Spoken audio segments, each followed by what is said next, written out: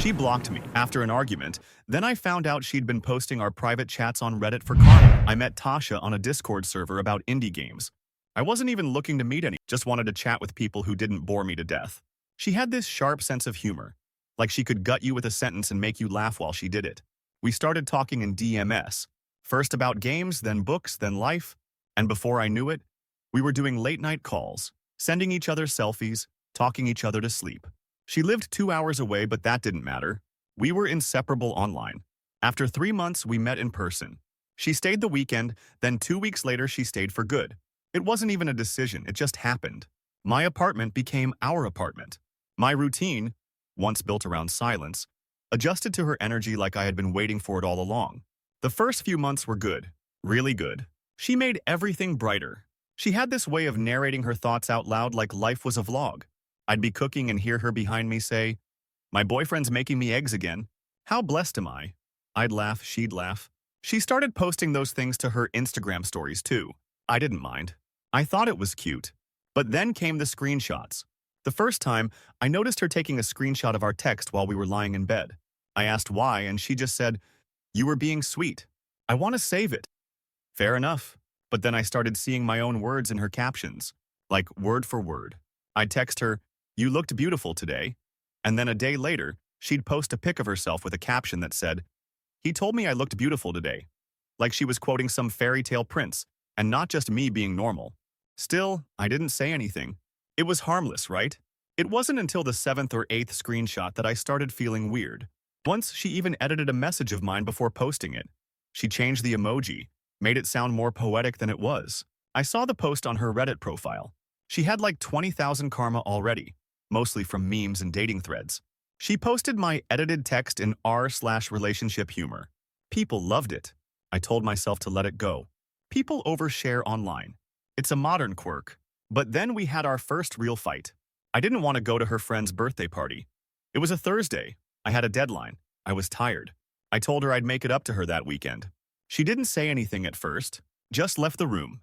Later that night, she came back in with her phone in her hand and said, "You don't care about my friends. You're so closed off it's like a wall." I was stunned. "I just didn't want to go out tonight, Tasha. That's all." "You never want to go out. You're always tired. You're exhausting," she stormed out. We slept back to back. The next morning, she was gone. No note. No texts. Her stuff was still there, but she wasn't. At noon, I messaged her, asking if she was okay. No reply. I tried again in the evening. Nothing. By the next morning, I was blocked on every app I could think of. Instagram, WhatsApp, Discord, even email bounced. I was in shock. It felt like being erased. I called her best friend just to ask if she was okay. Her friend didn't say much, just that she needed space and wanted time to think. That was it. I spent the next day pacing the apartment, staring at her empty tea mug on the counter. I didn't understand what the hell had happened. It wasn't just the fight. It felt orchestrated, like she'd been waiting for a moment to pull the plug. That night, my friend Caleb came over. He's one of those Reddit power users. I told him the whole thing and he just said, "Dude, are you sure she didn't post about it?" I blinked. "What?" "Like on Reddit. That girl posted everything. Remember how she put your texts on Instagram? She probably posted about the That idea hadn't crossed my mind.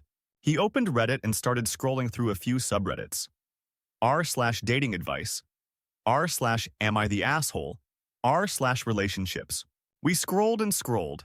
Nothing. Then he said, "Wait." It was a post titled, "Boyfriend refused to come to my best friend's party. Told me his comfort was more important than my..." I felt my stomach drop. I clicked on the post. It was our fight. Word for word. But worse, my messages were there. Screenshotted. Cropped.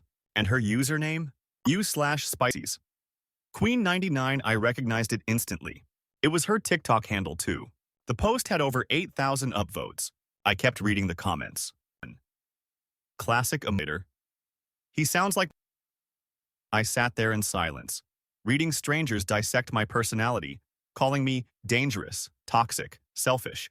People were analyzing my text messages like they were and she was responding in the comments, clarifying things, making jokes, letting people think I was some monster she escaped. Caleb looked over at me and said, "Man, I think she's been doing this for a while." I refreshed the profile. There were dozens of posts, each one about us. And I had no idea. I went cold.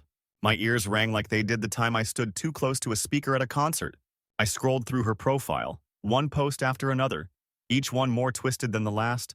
She'd been chronicling our relationship for months, and I didn't even know. There was one titled, "He got annoyed I didn't laugh at his joke. Now he's sulking and playing victim again." The post included a cropped message where I'd said, "Okay, it wasn't that funny, but you don't have to make me feel stupid for..." She left out the part where she called my sense of humor. In another post, "My BF thinks he's deep because he reads Dostoevsky but can't have a basic convo about emotion." That one stung. I remembered that night. She'd wanted to talk about something she'd seen on Reddit, and I'd said I wasn't in the headspace for heavy discussions. I needed quiet. Apparently that became proof I was emotionally unavailable. She was building a version of me, one that didn't exist, or worse, one she wanted people to believe existed. I clicked on her account history. She was active in a bunch of karma farming subs, R female dating strategy, R 2X chromosomes, even R narcissistic abuse. The words they used to describe gaslighter, covert abuser, weaponized and she was painting me as textbook toxic. And the comments, my God, the comments. Sounds like he's training you to accept less. Don't fall for it. Girl, record him. You'll need it. Classic manipulator. Mine started with, "I'm tired too. Now I have a I just sat there, reading people build a case against me using nothing but her edited texts and half-truths. And she was responding. Casually. Thanking people. Agreeing. Someone even asked, "Can we get more screenshots?" "This is wild," she replied. "Haha, I have plenty. I could make a whole saga." With a smiley face, I closed the laptop. My chest felt tight, like I'd been publicly stripped and paraded through a town square. Except the crowd didn't just throw tomatoes, they called for my head. I couldn't sleep that night. I kept staring at the ceiling. My phone buzzed a few times from Discord, but it was just Caleb sending more links. Apparently, people had started recognizing patterns in her posts and asking, "Is this the same guy from Thread?" She said yes. Called me the Wall. The Wall is what she nicknamed me.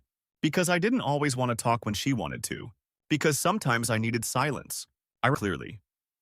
I told him I was anxious, and he told me to breathe, and went back to his laptop. Visible. What she didn't mention was that I had come home from a 12-hour coding sprint and hadn't even taken off my shoes. That I sat down, she dumped her panic into my lap, and when I offered a calming phrase, she accused me of being dismissive. I had no way to defend myself. She had the narrative, and the audience. The next morning I called her, blocked, messaged her old number, green bubble. I emailed her, just a one-liner. "Can we talk? Please." No reply. 3 days passed. I started doubting myself. Was I really that cold? That neglectful? Had I missed something? I went back and reread every message I'd ever sent her. The jokes, the sweet ones, the thoughtful ones, the apologies, the fights. It wasn't perfect, but it wasn't abusive. She didn't just take our conversations, she curated them. She turned them into little morality plays where I was always the villain. And the more karma she got, the worse I became. The betrayal wasn't just that she shared our private conversations. It was that she monetized my vulnerability, turned it into entertainment, weaponized my emotions for internet points. She made me into a character. I stopped eating. I didn't leave my apartment. I called in sick to work 3 days in a row. The one time I opened the door was to get the groceries I didn't remember ordering. Then, on the 4th day, I got a call from an unknown number. I let it ring. Then it rang again. And again. I finally picked up. It was her best friend, Jen. "You okay?" she asked. "Not really," I muttered. She hesitated. "Tasha's talking a lot about you. Online." "I know," I said. There was silence. I told her it wasn't okay. That she crossed a line, Jen said. "She posted our conversations without my consent," I replied. "And she edited them. She made me look like..." "I know. I saw my throat went dry." Jen continued. "I just wanted to tell you something.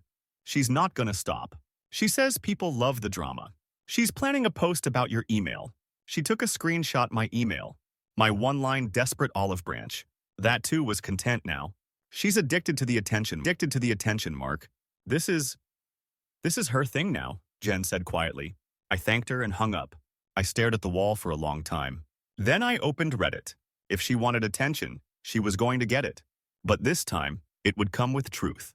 I didn't post anything right away. Not because I was afraid, but because I knew I had to get it right. If I came off emotional, angry, impulsive, they'd just say she was right, that I was defensive, manipulative, the very things she had accused me of. So I started collecting everything, every text, every email, every Discord message. I screen captured full conversations, not just snippets. I highlighted dates, times, context. I even dug up voice messages and screen recordings of our video calls. Anything to show the reality of what our relationship had really looked like. The problem was, the truth was boring. We were two flawed people in a relationship that got messy. But that didn't make me a villain. It didn't make her a victim. It made us human. But that's not what gets upvotes. Still, I refused to stoop to her level. I wasn't going to twist reality to win some kind of moral war. I was just going to show what really happened and let people make up their own minds. The post took me 4 hours to write. I didn't make it emotional. I made it factual. Bullet points, timelines, dates, proof. I titled it, "My ex is posting a multiple subs. Here's the full version she left out." I didn't use her name. I didn't insult her. I just presented everything. I uploaded unedited screenshots. I included full transcripts. I even added footnotes on where her cropped versions had altered the meaning. The post went live on r/true off my chest. I shut my laptop and walked out of my apartment for the first time in 5 days. When I came back, there were 1,000 comments, and it was only growing. People were actually listening. Remember her posts. This context changes everything. Wait, she edited your messages? This is why I never trust one-sided stories on Reddit. Dude, this is the most respectful I've ever seen. You didn't even trash her. Just facts. One of the top comments read, "Karma farming. This is reputation destruction for sport." That hit me harder than I expected, because it was sport. And I was the prize she held up for the crowd to boo at. She must have seen the post within hours because her Reddit account went private by midnight. By the next morning, it was gone entirely, deleted. But the damage had already been done. I checked some of her old posts. The top comments were now gone, replaced with edits and deleted threads. In one of the reposted versions, someone had written, "Why didn't you convo like Mark did?" And that was the moment I realized I had a name again. Not a label, not a caricature, just me. For the first time in weeks, I felt like I could breathe. But the relief didn't last long, because Reddit wasn't the only place she'd posted. Caleb messaged me with a link to her TikTok. She had nearly 80,000 followers. Her bio read, "Survived emotional abuse and turned it into art." I clicked through a few of her recent videos, with the caption, "He's trying to silence me now. Don't let him." Another had overlaid with the phrase, "I will never let another man destroy my voice." And the comments, mostly supportive. "You don't owe any, queen. Be the one behind those fake Reddit posts. Keep speaking your truth." That last one made my skin crawl. Your truth. As if truth was subjective. As if reality could be edited with enough filters and hashtags. She never mentioned my name, but she didn't have to. Her followers had seen the screenshots. They knew who she was talking about. Some of them even started commenting under my Reddit post, accusing me of being a liar in disguise, a manipulator doing damage control. It didn't matter that I had evidence. It didn't matter that I'd been calm, respectful, honest. Once someone decides who you are, every word you say just confirms it. A few people even messaged me directly. Some were kind. Some told me they had gone through the same thing. One guy said his girlfriend used to fake arguments to post about them on TikTok. He said it nearly broke him. That felt seen reading my... But others weren't.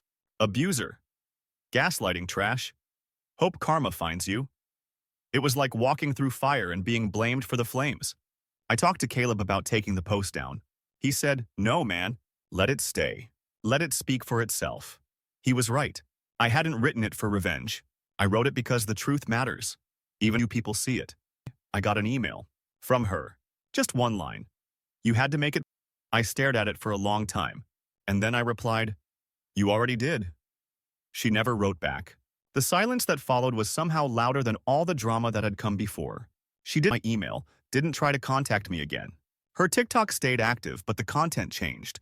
No more direct references, no more screenshots or veiled jabs. It became generic, motivational quotes, aesthetic videos, hashtag therapy. But the damage was done. I couldn't walk away from what she'd done like she could. I started noticing something strange. A few people from her old subreddit threads, ones who had viciously attacked me, began commenting under my Reddit post. Some apologized. Others didn't say anything, just upvoted my replies or linked to archived versions of her deleted posts. And then there was one message that made my stomach twist. A user DM'd me from an and said, "You're not the first. She did this to her ex too. He just never fought back." At first I thought it was fake, maybe a troll trying to stir more chaos. But then they linked me to an old thread from a throwaway Reddit account. It was vague, almost cautious, but the story was familiar. Screenshots shared without consent, twisted narratives, and a sudden social media pop. The timelines matched. The patterns were almost identical. I had just never seen it before. Probably because back then, she didn't have the audience she had now. Back then, it was just a couple hundred karma. A practice run. I messaged the guy. He didn't answer. I didn't blame him. Meanwhile, people kept messaging me. Some kind, some curious, some angry. But the worst ones were the ones who believed her and still knew the truth. They just didn't care. Because drama is currency, and nuance doesn't go viral. I tried to move on. I really did. I went back to work. I muted her name on every platform. I blocked people who sent me hate. But it stuck to me, like residue.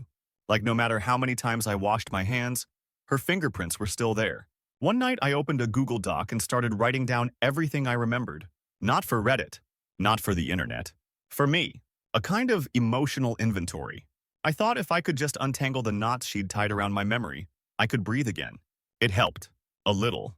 Until 2 weeks later when Caleb texted me, "Dude, she's doing a podcast now." I didn't want to look. I really didn't. But I did. It was called Healing After the Wall. I nearly laughed. But not the kind of laugh that means anything good. Just an empty sound that escaped my chest without permission. She was using my nickname, The Wall. The first episode was already live. I listened. Of course I did. I hated myself for it, but I needed to hear it. It was her voice, soft and breathy, telling a story. Our story, twisted into poetry and victimhood. She cried halfway through, said lost herself in the silence, that she was gaslit into numbness, and that she had to reclaim her narrative. No proof, no evidence, just tears and buzzwords. She mentioned my post, not directly, but enough that anyone paying attention knew. She said, "Sometimes abusers disguise themselves as calm, rational men. Don't let tone fool you. Truth doesn't sound nice." That was aimed at me. And people ate it up. The podcast got shared on TikTok, Reddit, even Instagram. Within days, she had brands and I was just debris. I went offline for a while after that. I couldn't compete with a voice like hers. It was louder, shinier, packaged in vulnerability. Meanwhile, mine was wrapped in doubt, logic, restraint, things no one wants to hear when there's drama to consume. But in that quiet, something changed. People started messaging me again. Different people. Not strangers, not trolls. Real people I knew. Old college friends. A girl I used to work with. Even my cousin. They said they saw the podcast, saw the Reddit posts, saw everything. And they didn't believe her.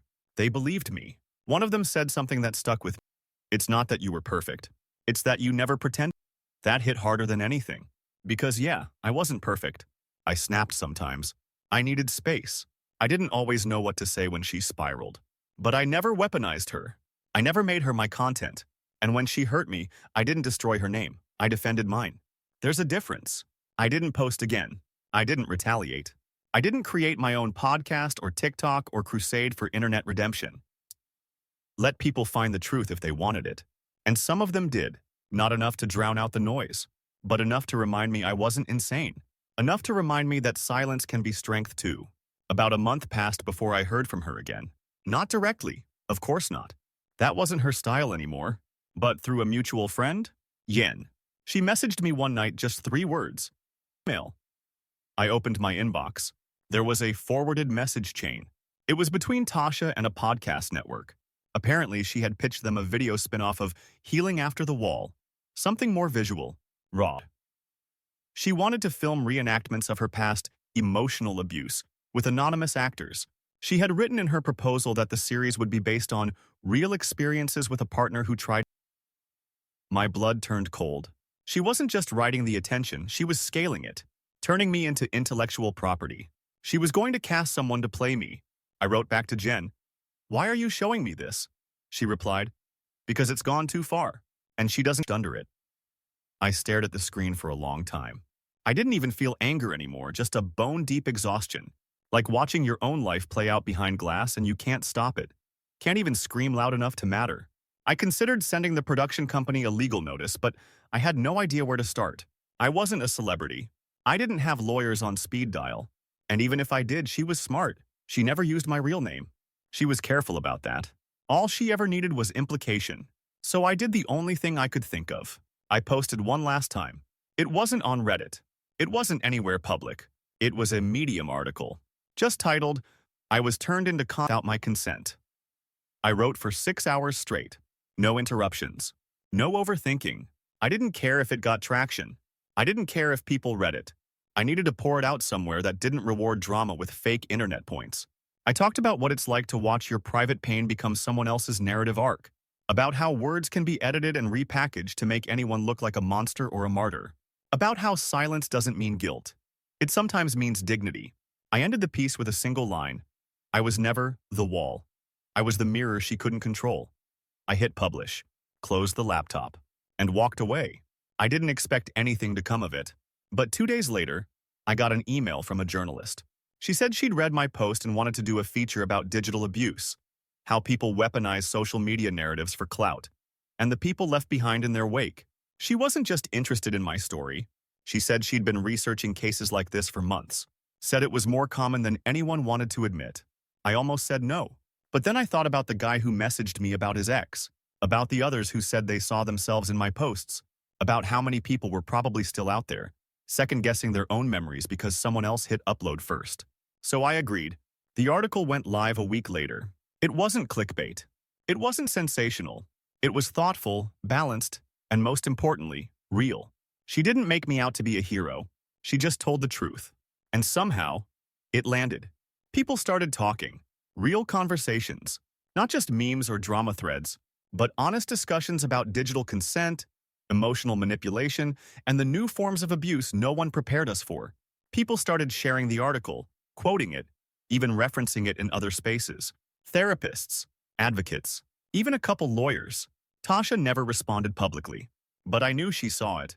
Her next podcast episode was oddly quiet.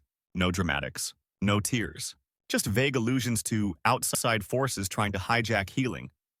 She sounded tired. For once, she sounded small. I wasn't celebrating. I wasn't dancing on any graves. I didn't want to win.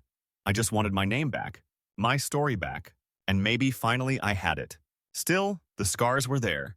Some days I found myself hesitating before texting someone, rereading my messages twice, triple-guessing tone. That paranoia, once planted, doesn't leave easily. You start to wonder if your vulnerability is just future content for someone else's feed. But something shifted. I began to write again. Not about her. Not about me. Just stories. Fiction. Quiet things. I started running again. Cooked real meals. I even downloaded a meditation app. Not the one she sponsored, obviously. And one morning, I woke up, checked my phone, and realized something strange. No notifications. No DMS. No hate mail. No mentions. Just quiet. And it felt good. Months passed. I moved to a new apartment. Smaller but brighter. A clean space, without the weight of memories stitched into every corner. I donated the mug she left behind. Threw out the blanket we used to share. I even sold the couch where she used to sit scrolling through Reddit while pretending to laugh at my jokes. But the real purge happened quietly, inside me. I stopped checking her socials. Not out of restraint, but disinterest. I no longer needed to know what narrative she was crafting, what audience she was feeding. It didn't matter anymore. I had stepped out of the theater. The play could go on without me. I started seeing a therapist, someone my cousin recommended. At first, I went just to make other people feel better, so they'd stop worrying. But in the second session, I found myself talking more than I meant to. Not just about her, but about how easily I gave up my boundaries, my voice, my version of the story. He said something I still think about. There's a difference between being misunderstood and being rewritten. That was exactly what had happened. I wasn't just misunderstood. I had been revised to fit someone else's storyline. And it took everything in me to unlearn the idea that defending myself meant I was guilty. Around that same time, I got an unexpected message from her ex. The one who'd been silent after someone mentioned he went through the same thing. It was a long message. Not angry, not dramatic, just honest. He said, I watched it happen again and didn't. I felt ashamed for not warning you, but I didn't think you'd believe me. I told him I understood, because I did. He shared some of his own screenshots, his own memories, the way she used to turn tiny conflicts into full-blown arguments, just so she'd have something to write about later. He even said she once admitted, half-jokingly, fighting made her feel alive and helped her write better captions. I believed every word. We talked for a while, not as victims, not as bitter men, but just people trying to make sense of what had happened to us. There was something healing about that.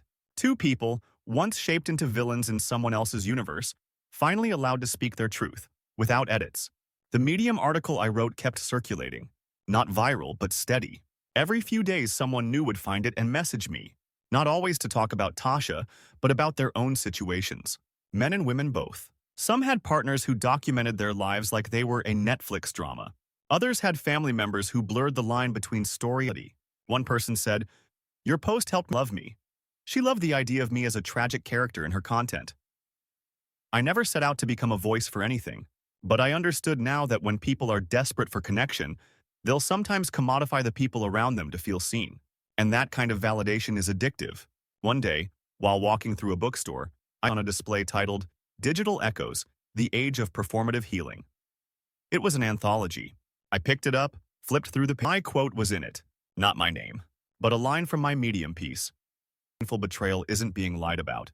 It's being edited for aesthetic. It made me stop and just stand there for a moment, holding that book like a mirror. I bought it, not because I needed to hold on to the past, but because I wanted to remember how far I'd come.